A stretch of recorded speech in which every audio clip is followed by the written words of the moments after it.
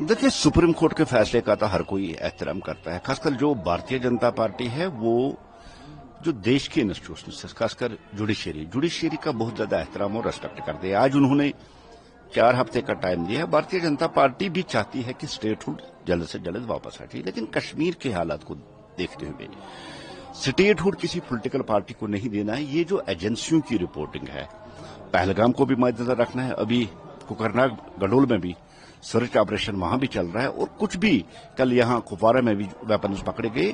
पाकिस्तान अभी अपनी कोशिशों से बाज नहीं आ रहा है, वो चाहता है कि कहीं न कहीं तरह से कश्मीर में हालात खराब हो जाए। और कल होम मिनिस्टर साहब ने हाई लेवल एक रिव्यू मीटिंग भी ली है कश्मीर जम्मू कश्मीर की सिक्योरिटी को लेकर। इन सारे चीजों को मद्देनजर रखकर स्टेटहुड का जो मसला है वो तो ऑलरेडी प्राइम मिनिस्टर साहब ने और होम मिनिस्टर साहब ने प्रॉमिस किया है, वो एक ना एक दिन मिलेगा। लेकिन